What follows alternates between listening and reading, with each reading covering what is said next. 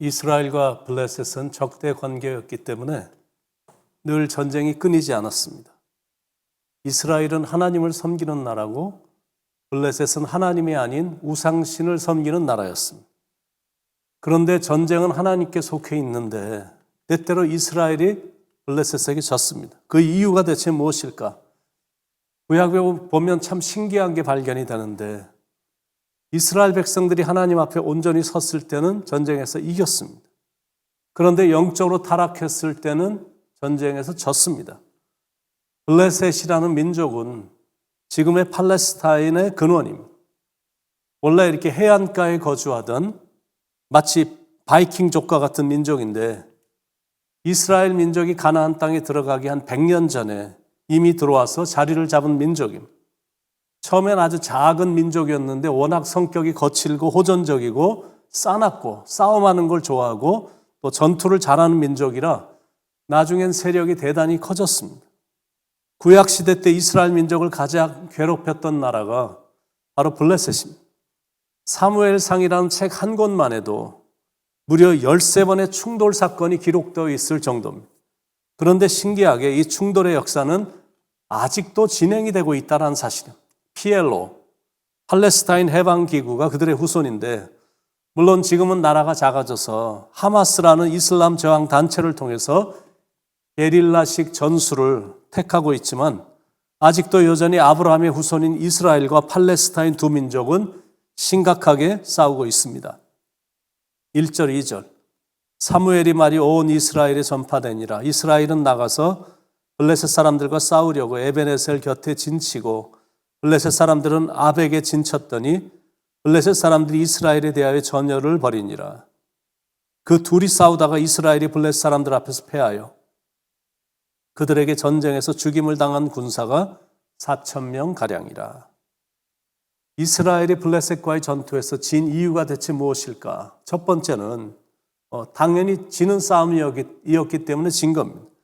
정확하게 말하면 백성들이 영적으로 하나님을 떠났기 때문에 블레셋에게 대패를 당한 겁니다.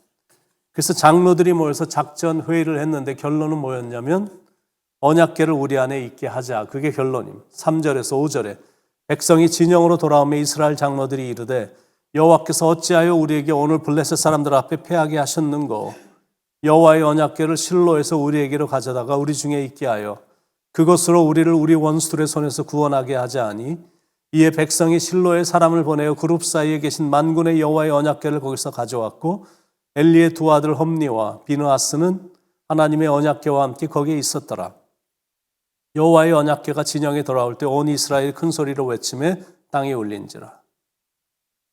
그동안은 언약궤를 앞세우고 전쟁에 나가면 늘 승리를 했었습니다. 참 신기하게 언약궤만 있으면 백전백승이었습니다. 그래서 성막에 모셔둔 언약궤를 갖고 온 겁니다. 그런데도 전쟁에서 졌습니다. 그 이유는 죄를 깨닫지 못한 채 전쟁터에 나갔기 때문입니다. 스스로를 살피지는 않고 오직 그냥 언약궤만 앞세우고 나가니까 그게 전혀 효과가 없는 겁니다. 그러니까 문제는 언약궤가 없었던 것이 아닙니다. 문제의 본질은 하나님을 떠난 그들의 신앙이었습니다. 하나님과 너무 멀리 떨어져 있었고 죄를 밥 먹듯이 지면서 회개도 없었고 그런 상태에서 언약궤만 갖고 나가니까 당연히 이길 수가 없는 겁니다. 그러니까 언약궤가 아닌 겁니다. 눈에 보이는 그 어떤 것이 아니다라는 말이에요. 기독교는 그런 식으로 부적을 붙이거나 바알이나 아세라 목신처럼 우상화시키는 그런 미신적인 종교가 아닙니다.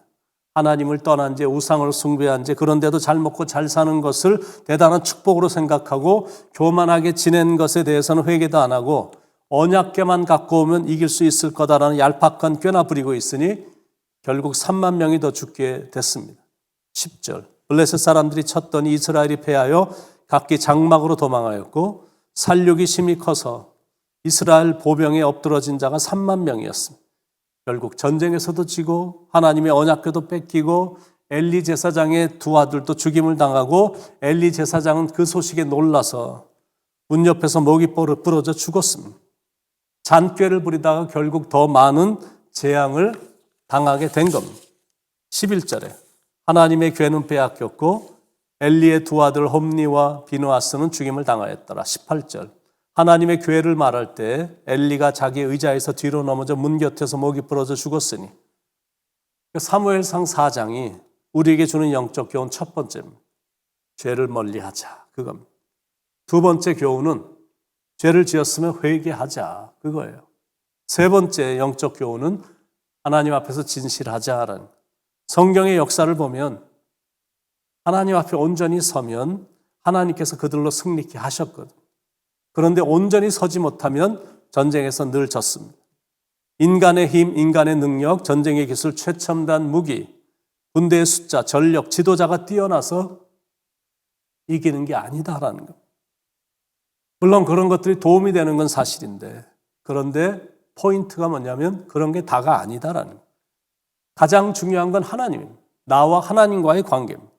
그래서 하나님과 늘 가까워야 되고 하나님 앞에서 진실해야 되고 하나님이 싫어하시는 죄를 멀리해야 된다는 것. 그럴 때 하나님께서 역사하심으로 이기게 하시는 겁니다. 하나님을 떠난 백성들은 숫자가 아무리 많아도 안 됩니다. 그런데 하나님 앞에 온전히 서면 숫자가 적어도 이깁니다. 그게 교훈입니다. 인간적으로는 분명히 이길 것 같은데 결과는 결코 그렇지 않거든. 그래서 하나님과 멀어지면 안 됩니다. 죄하고 멀어지는 건 정말 좋은 건데 죄가 좋아서 하나님과 멀어지면 인생은 절대 잘 되지 않습니다. 진실, 성실, 신실. 그런 삶을 하나님이 기뻐하시고 그렇게 사는 사람들을 축복하십니다. 혹시 물질적으로는 그리 대단하지 않아도 진실한 삶을 살면 그게 좋은 겁니다. 돈은 많지만 진실치 못하면 엘리의 두 아들처럼 언젠가 가슴을 찢는 날이 온다는 거죠. 그리고 삶이 진실하지 못하면 항상 마음이 불안합니다. 또 거짓말을 해야 되고 계속 꼬리가 물리니까 거짓말을 계속 해야 되는데 점점 더 거짓말이 막 커지는 거예요. 내가 돈을 많이 빌려가고 빚이 많으면 늘 불안하듯이 죄가 많고 내가 진실치 못하면 삶이 불안해서 제대로 살지도 못합니다. 그런데 반대로 돈은 그렇게 많지 않아도 진실하면 첫째 마음이 평안하고 둘째는 가족들하고 하나님을 잘 섬기면서 그냥 오손도손 삽니다. 진실하면 두려울 게 없는 거예요. 그래서 삶이 진실해야 됩니다. 주여 진실하게 하소서 오늘 하루하루 순간을 주가 주신 힘으로 승리하기 원하네. 주여 나를 진실하게 하소서. 오늘도 하나님께로 가까이 나가기 바랍니다. 그리고 하나님이 다 보고 계시니까 진실하기 바랍니다. 그렇게 영적으로 온전히 설 때 어떤 영적인 싸움에서도 어떤 공격과 시험과 유혹도 충분히 이길 수 있는 겁니다. 오늘도 진실한 삶으로 인해 승리자가 되시길 예수님의 이름으로 간절히 축원을 드립니다. 기도하시겠습니다.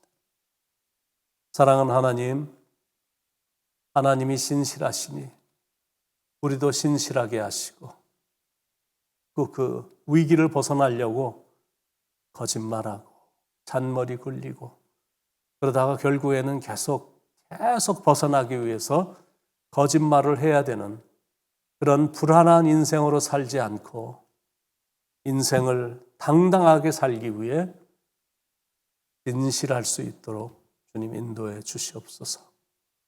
하나님과 가까이 하고 하나님의 성품을 내 인격으로 삼아 인생을 그렇게 살면 마음도 평안하지만 항상 이기게 되는 교훈을 저희들이 받았사오니 오늘 하루하루의 순간을 진실하게 살아가는, 그래서 오늘 하루도 승리하는 하루가 되게 주님 인도해 주시옵소서.